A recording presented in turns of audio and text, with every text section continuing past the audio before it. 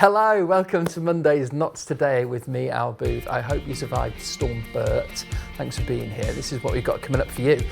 We've been looking up to the stars as a new planetarium opened its doors at Sherwood Observatory. Just amazing. I mean, this has been a dream for some of our members for getting on 50 years, actually. But to stand here today and see members of the public coming in for the first time is just absolutely fantastic. We'll have more on that in just a minute, and we're going to be hearing how shoppers' aims to be sustainable might not be down to environmental concerns. A new study led by Nottingham Trent University has found that costs rather than climate could be at the heart of a drive towards second-hand shopping. We'll hear more about that shortly. And we're going to hear from Paralympic gold medalist Charlotte Henshaw as well. She supported a Nottingham charity for people with learning disabilities. I like to think that any Paralympic athlete, if they happen to have a profile, can be a source of inspiration, I guess, for people that maybe have always been told that they can't do something. And you're going to see how music workshops are being used to keep school children on the right path. I love all the stunts that I get to do, and it's just really fun to dance and sing with my friends. All of my friends are in them and I like dancing. We've also got a bumper sport coming up for you as well. We'll hear from Forest head coach Nuno Espirito Santo after the 3-0 loss away at Arsenal. Defensively, we have to assume that in the 2 games we conceded 6 goals. It's something that we should be worried, and we have to put it right. That's the priority. There you go, all that and loads more coming up just for you. Right, let's start with something out of this world, because today the Sherwood Observatory in Sutton in Ashfield has officially opened to visitors. It's a £6 million project with 59-seat planetarium, science discovery centre and, of course, a cafe. The centre is looking to use astronomy to create a world-class visitor attraction and to encourage more children to get involved in science, technology, engineering and maths or STEM subjects. On its opening day, our reporter Katia Bag went for a little sneak peek. Growing up, we're often told to reach for the stars, but for the Mansfield and Sutton Astronomical Society, they thought it was better to bring the stars closer to us than ever instead. And thanks to the construction of a new planetarium and discovery centre, which opened this week, the Society is doing just that. In January 2023, £3.1 million was awarded through the government's Levelling Up Fund. Additional contributions from various foundations and donations then took the budget above £6 million.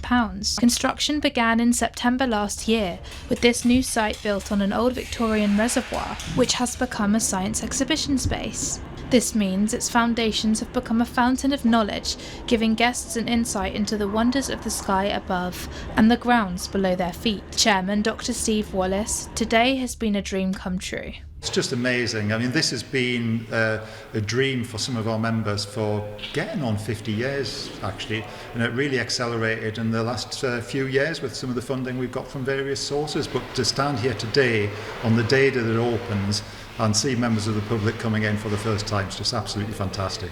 We've partnered with a research team at Newcastle University to try and make planetarium more accessible to people who've got visual impairments. So watch this space for some more news on that. The new facility is just one of many projects coming to Ashfield through tens of millions of pounds in government regeneration cash.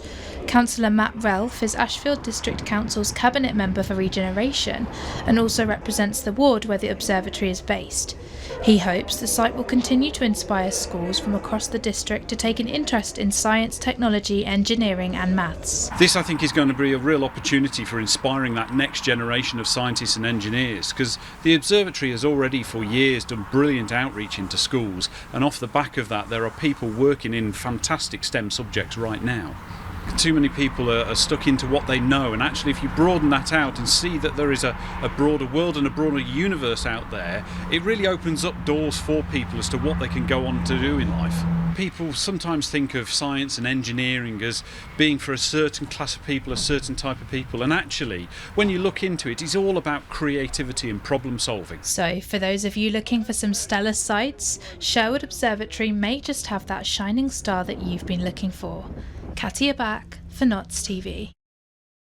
Wow, that looks amazing. Right, it is time now for our first great guest of the evening. A new research by Nottingham Trent University has found that shoppers buy goods because of their low price rather than because they're more environmentally friendly, even if that's what they're telling people. The new evidence was found by experts at Nottingham Trent University in partnership with Yonsei University in South Korea. They researched the buying habits of more than 600 people in the UK and China that looked into the real reasons people choose what they buy. Here to tell us what they found is NTU researcher Dr. Jackie Bai. Jackie, thank you for coming on. So first of all, with the research, what were you looking for initially? So thank you for having me on the show. I'm Dr. Jackie Bai, a recent graduate of Nottingham Trent University. My research centers on sustainable consumption, with a particular focus on the growing trend of collaborative consumption, an alternative to traditional ownership that emphasizes sharing, trading, or renting goods and services. Specifically, I explored how consumers in China and the UK perceive and engage in this practice. So what led you into looking into this then? So this study was inspired by the significant role of collaborative consumption in the evolving sharing economy and its potential for promoting sustainable practices. The choice to focus on China and the UK stemmed from their contrasting cultural, economic, and technological landscapes, which offer valuable insights into consumer behavior. Investigating these differences provides an opportunity to understand the barriers and the drivers of collaborative consumption, ultimately contributing to strategies for sustainable development and practical applications for businesses and policymakers. Right, okay then. So if someone says, for example, I bought, I don't know, a lawnmower, I don't know why that's come to mind, but a lawnmower because it's good for the environment, but they've actually done it because it's cheap. Is that a bad thing? Why are people doing this consciously? Because habits plays a very important role when during people's decision-making process.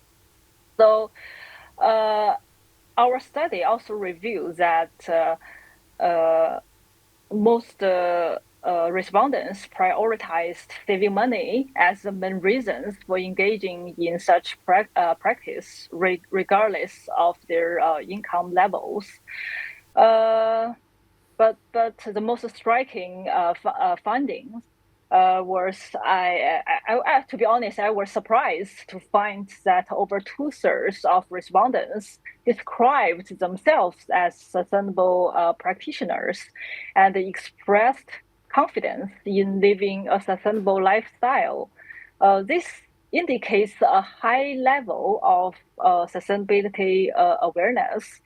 But the fact that the sustainability benefits were only ranked 3rd out of 4 highlights a value action gap where people's behaviors don't fully align with their stated values.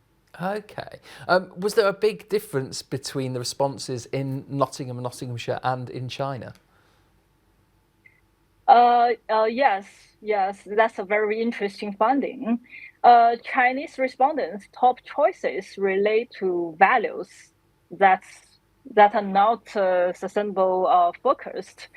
But in the UK, respondents have strong values towards sustainability, but the lack of accessibility and convenience may limit them having a stronger impact. Oh, fantastic. So what happens next with the findings then? What's going to be put into process? So we aim to develop strategies for promoting sustainable consumption in the future. So to do that, it is crucial to address the value action gap. where people's behavior often fail to align with their sustainability values. Raising awareness about how collaborative consumption contributes to environmental benefits is a key first step. Strategies such as educational initiatives, social media outreach, and community engagement programs can effectively highlight this connection. It's Policymakers fascinating. and Absolutely fascinating. So we've run out of time, unfortunately, but thank you so much for coming on and sharing with it. It's great. Thank you. Yes, Dr. thank you Jackie for Ray. having me on the show. It's a pleasure, all the way from China as well. Right, let's see what's happening back here in Notts today. And a man who wrote a rap verse about stabbing a student's been jailed. 19-year-old William Osaseri chased and stabbed his 20-year-old victim in the arm in Radford on June the 27th. The victim was in a coma and had life-changing brain injury after an artery was severed during surgery. Osaseri bragged about the incident in a rap verse and was sentenced to 8 years in a Young Offenders Institute after admitting to several offences in Crown Court last week. And an investigation's been launched after a woman died during a crash on the A46 in Nottinghamshire. 2 cars and a van crashed near Screverton at 10:30 p.m. on Saturday. A 49-year-old woman was pronounced dead at the scene. The road was shut while investigations took place. The closure lifted on Sunday afternoon, and police say the woman's family is being supported. Right, still to come up, we're going to have a look at a bumper sport weekend for you and a Nottingham charity as well.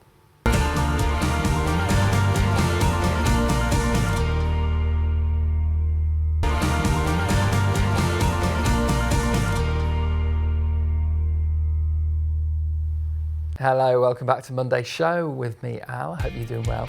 This is what's happening in Notts today, and the Conservatives have selected the next leader of Nottinghamshire County Council. Newark East Councillor Sam Smith, who's the council's cabinet member for education, will take over at the top of the council next month after current leader Ben Bradley steps down. Councillor Smith was selected as the new Tory leader today following a meeting of the Conservative group, and he beat Transport Cabinet member Neil Clark and Finance boss Richard Jackson to the role. He'll officially become leader at the December the 5th full council meeting. Sticking with the County Council, nearly 200 social care providers across Notts have been waiting nearly 3 years for an inspection by the Care Quality Commission. Figures discussed by the Council's Adult Social Care and Public Health Select Committee today heard 180 providers, including one last rated as inadequate, haven't been inspected over the past 37 months. The watchdog usually returns to inadequate homes within 6 months and outstanding homes within 2.5 years, with issues put down to a national backlog. Now, one of Nottinghamshire's sports stars has opened up a new space for a charity close to her heart. Paralympian Charlotte Henshaw opened a new building for charity Nottingham MenCap last week. The facility will be used by the charity to help people with learning disabilities and autism, as well as their families. Sam Jones has been down to have a look. Founded in 1950 by a group of parents with disabled children, Nottingham MenCap has been a vital service to families in the city. It was previously based at Harpenden House near the City Hospital, but those facilities were no longer fit for purpose. So last year, work started on a new home and a fresh start for the charity at Clarence House in Sneinton. This new home opened earlier this year with improved services including a gym, beauty salon and sensory room. For local Paralympian Charlotte Henshaw, who came down to officially open the site on Friday, this charity is one that means a lot to her.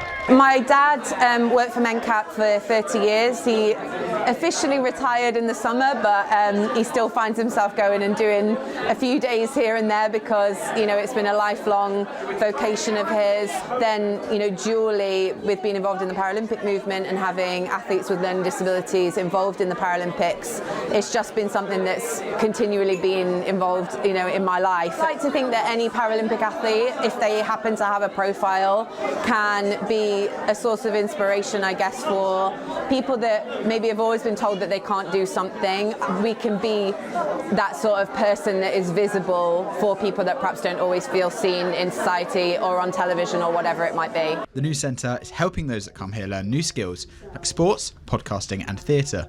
Well, the podcast we're doing at the minute, we're doing crimes and scan, and also in role police officer work as well. Mary Poppins and Wizard of Oz. And then our latest one is Charlie and the Chocolate Factory. I'm usually part of the gym kind of guy, like you're aware. But my favourite is everything, really. The charity's CEO has been at the helm for 5 years now and says a new HQ has always been a focus. Well, it's been a long time coming. I started in 2019 and it was already well underway. Not this current building, but the conversations and the plan to move from our old place. We want people to come here and be really, really proud. You know, like everyone wants to be to feel that they belong somewhere, to feel proud of where they go.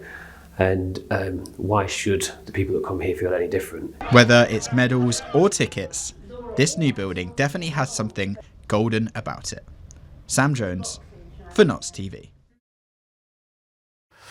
Now it's time for your sport. Loads going on as well. Forest starting, and they lost 3-0 to title-chasing Arsenal at the weekend.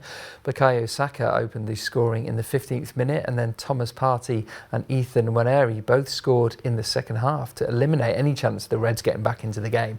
Head coach Nuno Espirito Santo said they're sorting out their recent defensive issues, and that's the priority as they prepare to face Ipswich at the City Ground this weekend. Defensively, we have to assume that in the 2 games we conceded 6 goals. It's something that we should be worried, and we have to put it right. That's the priority. Sometimes it's the quality. I think second goal, it's very hard because it's a very good kick on the ball, but we allowed Arsenal to go too easy in our box, to make the combinations, the quality players. We have to close better the gaps, be more close to our opponents, don't let them decide, be stronger on 1v1s. A lot of things to assess. We have to recognize we play against a good team that did a very good game. They pressed us, they controlled us, they were clinical when they had the chances. It was also a losing weekend for Mansfield Town as well. They fell to a 1-0 defeat at home to Bristol Rovers. Luke McCormick scored the only goal of the game to sink the Stags to their second successive league loss. It was the first time Nigel Clough's side had played for a fortnight. That was because of the international break for the National League, and their first home match for nearly a month as well. But speaking afterwards, the Yellows manager said he thought they played well throughout the match, with the game decided on fine margins. We have to do more to get a goal. Our strikers have to do more, and everybody in the final third. But all our play leading up to that point has been very good indeed. So I think it's just a little bit of an evening balancing up of, we played, if you think back a couple of months ago, we played, I think, Shrewsbury and Cambridge here, and they were very tight games, and they both came and played well here. We weren't fortunate to get the results, but things went our way. They haven't gone our way, certainly in the last 2 games, but we're going to keep approaching it exactly the same, and hopefully our strikers will find the net sooner rather than later. However, you're missing your leading goal scorer. That's certainly going to be a hindrance, so you need somebody else to step up to make us a goal. Notts County were the only men's side to get anything from their games. They drew 0-0 with Newport County at Meadow Lane on Saturday. And that goalless draw means the Magpies still sit 4th in the table, 5 points off Port Vale. They're in top spot and they're playing tonight. Head coach Stuart Maynard said his side lacked end product to take their chances. We performed very, very well right to the final third, and then we just lacked end product, and that's what we've said today in the group. The group know it, and it's frustrating for all of us. For it's another point on the board and a clean sheet. And I think they're the only pluses that when you come away you can look at. The performance was very good again, but the end product and the cutting edge, I think we probably had around 27 shots, but there was only 7 or 8 on target. So we need to hit the target more, and we work the goalie and more end product in the final third. That's all you can come away when you assess it now straight after the game without watching it back and analysing it. That's what we lacked. And sticking with the Pies, the women's side won on the road, beating Solihull Moors 5-0. The side made it back-to-back wins through 2 goals each by Jessie Knott and Lily Stevenson. Laura Vine got the 5th, and that win puts the Pies 5th in Division 1 with 6 wins and 5 losses from their opening 11 games. Nottingham Forest women didn't have any action this weekend after Storm Burt caused their match to be postponed. The Reds were to face Long Itchington in the second round of the FA Cup yesterday. The game was called off though because of the poor weather conditions. A new date will be confirmed for the clash, but the club have found out that they'll face either Burnley or Bradford if they get through to the next round and beat the Warwickshire side. On the ice, it was a double winning weekend for the Nottingham Panthers. They wowed crowds at the Motorpoint Arena with the two games, starting with a 3-2 win against Belfast Giants, though face-off was put back several times because the visitors had trouble getting to the Nottingham Arena because of the weather. The Panthers then beat Manchester Storm, aptly named, 4-1 at the Motorpoint on Sunday. And after speaking after both games, head coach Danny Stewart said they took it to another level compared with last weekend. I think that, I think compared to last weekend, I don't think we necessarily played bad last weekend, but if we would have had that same grit and compete, I think maybe maybe at least one of those results would have went the other way. And it was definitely a difference. We knew both games this weekend were going to be physical. Both Belfast and Manchester like to play a physical game. We knew it was, and like you said, we did match it.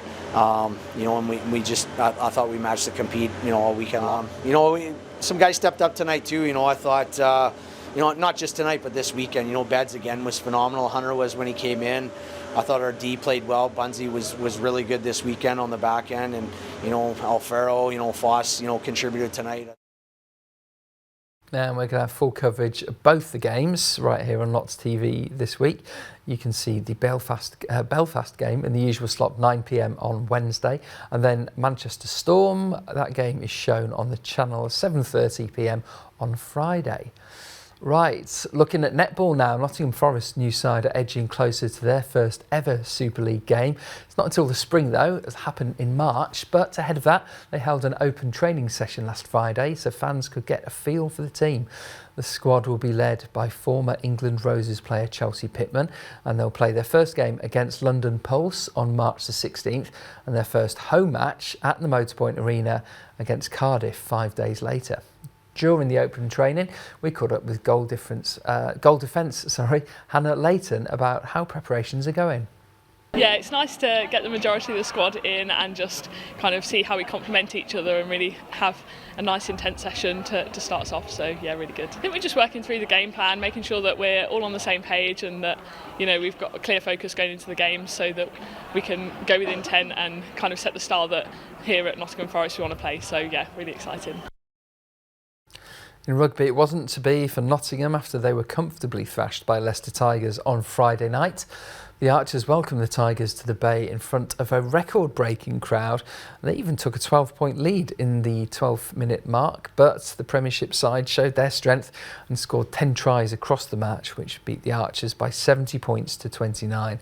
However, Nottingham managed 5 tries of their own in front of the 3,600 fans and secured a bonus point of their own too. Right, photo of the daytime now, a lovely wintry shot taken by our very own Nicola Dawson in the city centre. On your weather, so it's been around 10 degrees today, that's going to drop to 3 degrees into tomorrow. It's going to be a colder day tomorrow, but there will be sunshine, highs of just 8 degrees, and then heading into Wednesday, dropping to 1 degree overnight. We'll have a cloudy Wednesday, highs of 5 degrees. Right, still to come, we are finding out how people with certain lung conditions are being supported here in Notts.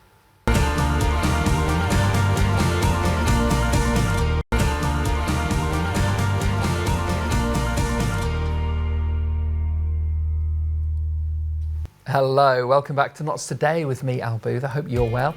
Should we have a look at some more of your news headlines? And the emergency department of Nottingham's QMC was partly closed after a fire this weekend. Nottingham University Hospitals urged patients to only visit A&E if it was life-threatening after the fire broke out in part of the ward on Sunday evening, and it meant staff could continue supporting those most in need. However, the fire was described as small and was put out on Monday morning. The Trust also confirmed nobody was injured and the area has since reopened to patients. And some trains connecting London with the East Midlands were completely cancelled on Sunday because of bad weather conditions. East Midlands Railway told passengers not to travel throughout Sunday evening because of Storm Bert, and no trains ran between Leicester and Kettering because of the closures. That affected trains coming into Nottingham and East Midlands Parkway. People were told to wait until Monday to travel. Trains were able to run today though, although there were several delays on EMR routes up the county. Right, it has been a blustery one and a wet one, but if you still fancy going out tonight, we've got a few things you can be getting up to. So here's your What's On guide. To kick it off then, the Bodega is starting its 25th birthday celebrations in style tonight. There are 25 local musicians in their largest gig ever. It's already started. It goes on until 10 o'clock tonight. Each artist is playing just one song to get down there quick if you don't want to miss out on your favourite. Alternatively, if you're a fan of jazz, look no further, as Jazz Steps is at Beeston Library tonight. You can get tickets on the door at £13. That starts at 7:30 and goes on until 9:30. Or, last but by no means least, if you fancy a bit of a night out, head to Loose Mondays at Oz Bar. It starts at 9:30 and £1 for drinks as well. It's like the 80s. Whatever you're doing, have a good time, won't you? Now, chronic obstructive pulmonary disease, or COPD, affects more than 20,000 people across Nottingham and Nottinghamshire. And the disease, which causes restricted airflow and breathing problems, is also one of the biggest reasons for hospital admissions as well. But one way NHS leaders are trying to ease pressures is through community care. That's being done through Nottingham City Care, which is helping patients with chronic lung conditions enjoy life and stay out of hospital. The pulmonary rehabilitation team runs sessions across 5 city sites and was recently accredited by the Royal College of Physicians. Well, here to tell us more is senior physiotherapist Zoe Styles. Zoe, thanks for coming in. So just tell us a bit about your role then and what you do. So I'm one of the physios in the team. We deliver acute and chronic care to patients with all respiratory conditions, including COPD, like you've mentioned. And I deliver some of the pulmonary rehab sessions amongst a larger team of physios, nurses and support workers. So this accreditation then, I mean, I was going to say it's a big thing, but you know, from your side of things, what does that mean for you? So from a service perspective, it shows that we're delivering the care that meet the quality standards. So that means that we're delivering care that meets what patients need to help them to manage their lung condition, and the pulmonary rehab standards make sure that we're delivering good exercise programs and education programs to help them manage their lung condition. So, for example, COPD, when you go out and see someone who has COPD, what sort of things are you doing with them? So the exercises are in a group setting, so they come and see us mostly in the 5 sites you talked about across the city. They'll be doing walking with us and also some strength training, all within the limits of their breathlessness. So the assessments at the start make sure that we get the treatment very individualised and for the individual person. And what's the feedback from the patients and the people you see then? Because as I just said then, it means they don't have to go into hospital as such. I mean, that must have a positive effect anyways. Yeah, so we like to manage people at home. Most people want to be cared for at home. So by completing the programme, we know we reduce the number of flare-ups in their lung condition that they experience, which means that they don't need to contact the GP as often, and they also stay away from hospital. They can also manage their breathlessness much better, so it's the basic things like climbing the stairs, being able to spend time with family, going out for a walk, going to the shops becomes much easier, and when things become easier they do more of it, and that's just a positive thing for people with lung conditions. So is this about building up strength there? How does it work in terms, like you just said, someone can then climb the stairs, find it easier to climb the stairs. How does it build up? So when they first come to the programme, people are often a bit anxious, not quite sure what's going to be expected of them in the sessions, but that's what the assessment's all about, is to get to know somebody a little bit better, and then we can personalise their exercise programme to make sure that they can manage things. Stairs is part of the training when they come to see us, as well as walking, and they start off by perhaps being more breathless, but with encouragement and with time, their muscles get stronger. They learn to control their breathlessness better through the education and through the exercise, and they feel that they can manage more by the end of the sessions. And the outcomes that we see are really good, which is positive for us as a service, but it's the individual things for a patient that really make a difference. Well, as a service, obviously, like you say, it's very positive, and for the individual as a patient. Yeah. But what about you as a practitioner? I mean, on a personal level, how? So I've done this job for a long time. So I've worked out in the community for 20 years. So and I've been delivering rehab sessions for that length of time. So it's really positive to see patients managing their condition really well. We call people at 2 years, so we see people again, and most people do want to come back, which I think is quite a positive thing. It says that they've enjoyed the programme and they've got something out of it. So I think that's really positive. But for me as a clinician, it's good to see the improvements that it makes. And like I said, it's those individual patient goals that make the difference. So how can people get in touch? I mean, how do people access the service? So we see people with a diagnosed respiratory condition, and that diagnosis is usually done by breathing tests, but sometimes it can be from scans. So once those have been done, then a referral can come through the GP. But once we know patients, then they stay in contact with us, and then they can see us if they're unwell as well. They can contact us 7 days a week for support if they're struggling with their breathing. So they can access that part of the service as well, but initially they'd need to get a diagnosis from their GP to be able to access us. So as with most things, the GP is the first port of call. Yeah. All practice nurse, very good. Yeah, they're both very good at monitoring our patients with respiratory conditions. Fantastic. Is it something that's affected that you see more of at this time of year in terms of winter? Or? So we do see more flare-ups with people in the winter. There's perhaps more, there used to be more of a peak. I think it's perhaps blurred a little bit more now. We do still see people struggling with their breathing over the summer. But yeah, there is a peak over winter, and that's when the pressure ends up on the hospitals, obviously with the peaks of admissions. So if people invest their time with the pulmonary rehab, at whichever point it's offered to them, it's then making sure that they are less likely to need to use those services when we're having the peaks in admissions. Fantastic. Well, congratulations again, thank the recognition, and thank you. Thank you. Right, now it's time for another look at something that has been out of the world in Nottinghamshire today. It's the Sherwood Observatory in Sutton in Ashfield, which has officially opened to visitors. The £6 million project has a 59-seat planetarium, there's a science discovery centre and a cafe as well. It's looking to use astronomy to create a world-class visitor attraction and encourage more children to get involved with STEM subjects.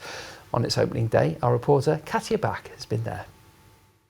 Growing up, we're often told to reach for the stars, but for the Mansfield and Sutton Astronomical Society, they thought it was better to bring the stars closer to us than ever instead. And thanks to the construction of a new planetarium and discovery centre, which opened this week, the Society is doing just that. In January 2023, £3.1 million was awarded through the government's Levelling Up Fund. Additional contributions from various foundations and donations then took the budget above £6 million.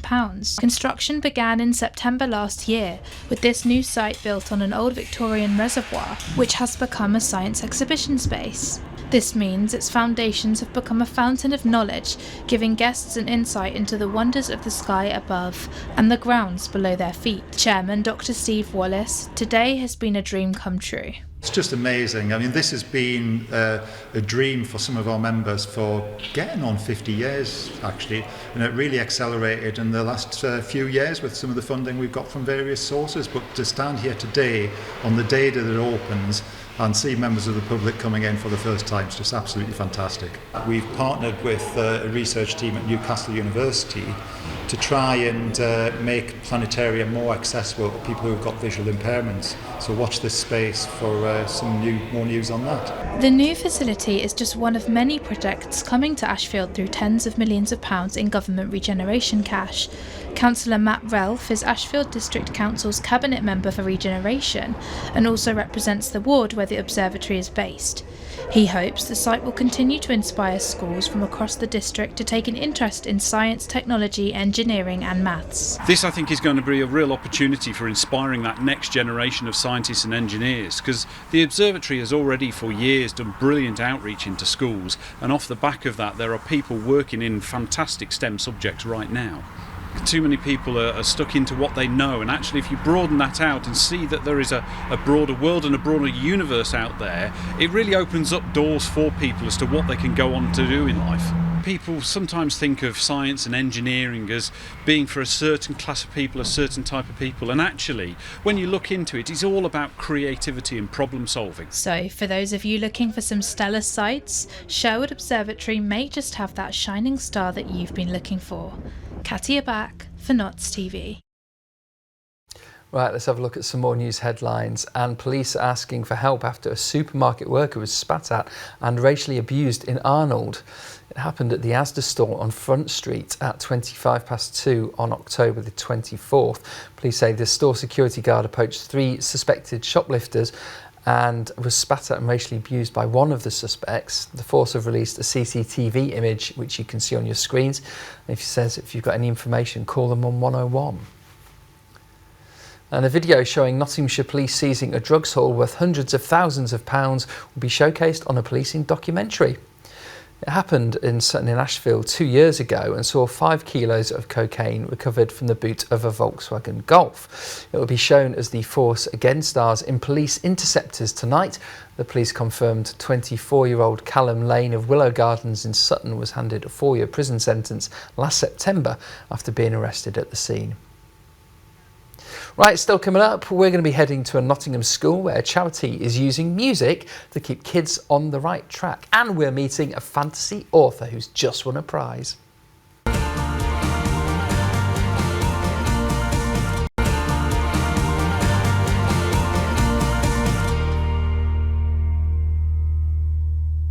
Hello, welcome back to Monday's show. I'm Al, hope you're good. This is what's coming up for you. Contractors are expected to be appointed by Christmas as part of plans to improve Newark Castle. Newark and Sherwood District Council is opening up hidden parts of the iconic tourism attraction that haven't been seen for nearly 4 centuries. The multi-million-pound project will see galleries created and private rooms opened up, which date back to before the castle was partly destroyed during the English Civil War. The authority says work is expected to be appointed in the spring. New figures have revealed the Take That concerts at Nottingham Forest City Ground cost the local council £3,000 to facilitate. The world-famous boy band played 2 nights in the stadium in May, and the first gigs at the world-famous ground for nearly 2 decades. Now, new figures have revealed Rushcliffe Borough Council spent £3,200 facilitating the events. That included anti-terrorism measures and street cleaning. But the council says the gigs boosted the local economy and it brought thousands of people to the borough. So hopefully they'll be back for good. Right, let's move on now and let's stick with music because a Nottingham charity has been taking its work into schools or alternative provisions to get young people talking and keeping them out of trouble. The Freedom Foundation runs music workshops and mentoring sessions to support young people who need help staying on the right path or help with their mental health. Now its Freedom Factory primary programme is helping children explore their individuality and creativity whilst offering all-important support with emotional well-being. Jordan Guerrero went to Westbury Academy near Bilborough to watch it all in action. Every week, school children here at Westbury Academy in Nottingham put down their exercise books and make their way into the Assembly Hall. It's here where they go to get their groove on, breaking out moves to the sweet sound of R&B music. It's part of Freedom Factory workshops delivered to children across 12 weeks to boost the children's confidence. And the kids say it's great fun too. All of my friends are in them and I like dancing, and I've been dancing for like 3-4 years now. I look forward to them a lot because I like dancing and I like singing and I get to do a show at the end of it. Higher than a fantasy, blowing like a highway. She's living in a world and it's on fire. Filled with catastrophe, but she knows she can fly away.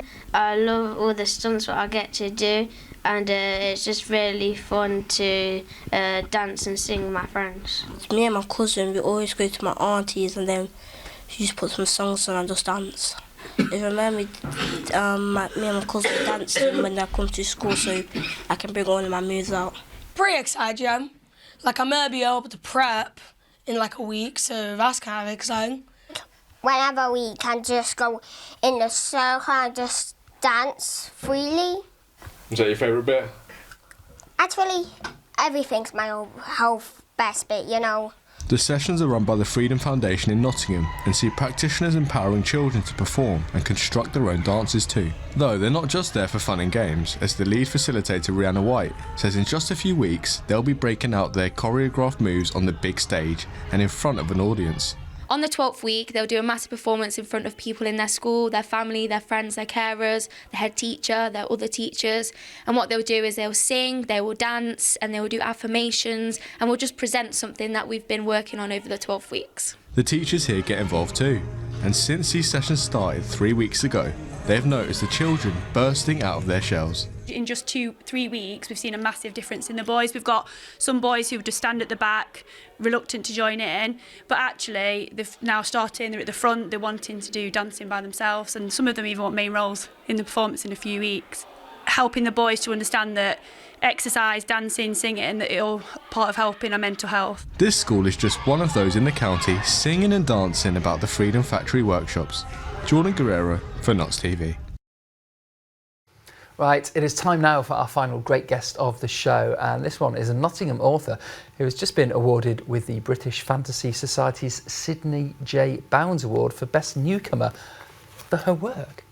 Taker Maria Smits has been recognised for her short story collections. Umbilical is a book of 21 short stories of motherhood and mythology, and Waterlore is a book containing 7 fantasy stories on the theme of water. And she joins me now to talk about her writing journey and being a winner as well. Thank you for coming in. Congratulations. You're welcome. Thank you. Thank you. So very much. before we get to the award, then when did you start writing to get published? Yes, so newcomer's probably not a fantastic word because I've probably been writing for about 20 years or so, but I've been doing it seriously, or rather intensively, for probably about the last 5 years. So really concentrating on my writing short stories, poetry, and a couple of novels as well. So. Okay. So what took you into fantasy? Why was that your niche? I've actually got a background in science. Right. So, Okay. yes, I've got a PhD in chemistry. So chemistry, physics, maths, biology, I'm fascinated by all of those. And so I enjoyed reading science fiction. I enjoyed reading fantasy as well. But I could see the appeal to science fiction because with my background, when I was writing stories of science fiction, I wanted to make sure that the science was right. And so I really enjoyed that, weaving in my scientific knowledge with the stories as well, so that was interesting. I was going to say, because they say don't write about what you know, but obviously that's not always practical, and you can't always, especially with fantasy, it's probably write about what you don't know in such a way, but you've combined the two. Yes, it's interesting. I think a famous writer said, write what you know, but you can know anything, really. Right, yeah. The point is that if you do enough research, so if you are writing a science fiction story and you need to research the science side of it, you can do that. We've got so many resources to find out about science, to learn about astronomy, about going into space. So there's no excuse to not do the research. So you can kind of know everything, really, as long as you do the research properly and are sensitive with that as well. So okay. That sounds like a line that my eldest child is going to throw at me at some point. I don't actually know anything. So let's talk about your work then. So let's talk about Waterlore first of all. How did this come about? I love swimming. I have always loved going to the seaside and just the power of the sea. I think it's just continually inspiring to writers. And obviously lots of writers have written about the sea. But what I wanted to do was actually write about the sea, but also some other themes that are very dear to my heart, which is about motherhood and family life and also forgiveness. So some of those stories are quite dark because of the power of the sea, but also what lurks there, but also what lurks inside our own psyches. So I set it in various different locations. Obviously, you can set it by a lake or the sea. I actually set one of the stories, which is called Ghost Fish, in my local leisure centre where I go swimming every week. Wow. So that's just in South Notts. So That's actually about a very harassed mother taking her kids to the swimming pool, and probably anyone who's a parent knows how stressful those situations are. So I decided in my story to really ramp up the stress for this poor woman. Right, okay. And also for the kids to be talking about a ghost fish that they'd seen in the bottom of the pool. And obviously the mum doesn't think it's real, but maybe slowly we find out through the story that maybe there is something to what they're talking about. Amazing. So I love yeah, that. so the sea elements of it take us from the ocean to lakes to rivers To a leisure centre. To a leisure centre. How did it feel to win? Oh, it felt amazing, really, really amazing. But it was a shock because there were so many other great titles on the shortlist, and they were mainly for novels that were published by really big traditional publishers. Right. So I really thought that I didn't really have a chance. So I just went to the awards ceremony thinking, I just want to be there to clap for my friends who've been shortlisted, and just to be part of the community, because the British Fantasy Society is a really fantastic community. Right. And I'd encourage anyone who does write fantasy, science fiction or horror to join them. And I just felt it was just really lovely to be there in the community. There's a lot of good energy and lots of well wishers. But when I heard my name, I think everyone saw, I was just so shocked that I just had to take a moment, because I hadn't really envisaged winning. Right, okay. And so it took me a few moments to compose myself and go up to get my award. But everyone was so sweet, everyone was so lovely to me. Oh, well, So, congratulations. And we look thank you. forward to talking to you again, because the future's obviously bright and dark. Yes. Thank you so much. Right, elsewhere here on Notts TV, we recently aired the first of our behind-the-scenes documentaries, and we gave you a glimpse of what goes on at East Midlands Airport from the moment you arrive at check-in all the way through security, and then what happens to your bags when they've been checked in. You can see it on our website, nottstv.com, or at Notts TV Official on YouTube. On every belt, you're going to see a little red laser, a little peck. It's a little photo cell that shoots an invisible beam across here. Every case is being monitored on the system, so the X-ray machine knows exactly where every belt is and when it's going to be going into the machine. Once a cell gets blocked, like it did on the corner, it automatically stops the system working, and that's so the machinery doesn't get damaged and the people's cases. But once they go into the X-ray machine, which is dead ahead of you, that's where the magic happens. So this is a CTX X-ray machine. It's a computer tomographer, and what that allows... Right, it's time for another look at your photo of the day, and this was taken by Nicola Dawson on the way to work this morning in the city. It's going to be another cold one overnight, dropping to 3 degrees into tomorrow. It's going to be a sunny day tomorrow, but not a warm one.